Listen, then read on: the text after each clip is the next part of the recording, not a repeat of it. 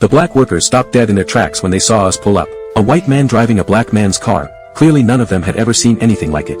The stairs made Dr. Shirley uncomfortable enough that he decided to just stay in the car and skip the whole thing. Down in North Carolina, we were invited to a banquet.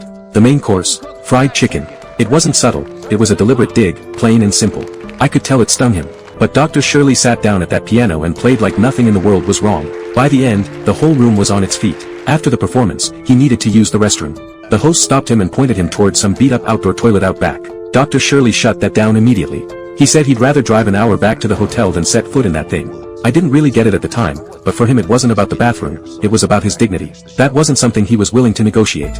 A few days later, we walked past a clothing store and I spotted a suit in the window that I thought would look sharp on him. We headed inside, and the shopkeeper couldn't have been more welcoming, right up until the moment he found out the suit was for Dr. Shirley. His whole demeanor flipped on a dime. Suddenly they needed full payment up front before any fitting, and he snatched the suit right out of Dr. Shirley's hands. It was racism, out in the open, no attempt to hide it.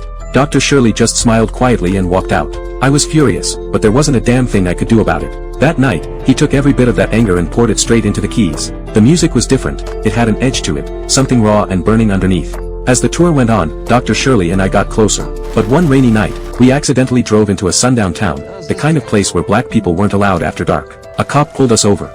I argued with him, which didn't help, and we both ended up in a jail cell. Dr. Shirley tried to reason with the officer calmly, but the guy wasn't interested in listening. So Dr. Shirley asked to make a phone call. 10 minutes later, the officer got word from above and let us both walk.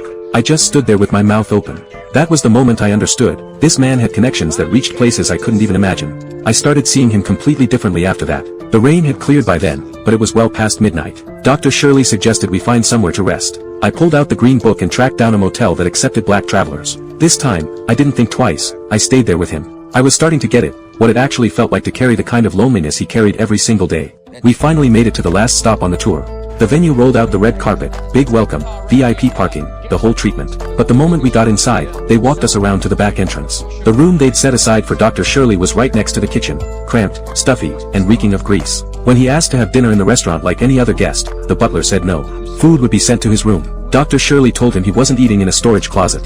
The butler shrugged and said they were welcome to find a diner down the road if they had a problem with it. That was the line. Dr. Shirley had made up his mind. He was done swallowing humiliation to make other people comfortable. The organizer came looking for me, hoping I'd talk some sense into him. He went on about 400 people waiting in their seats, and somewhere in there he tried to slide some money my way to smooth things over.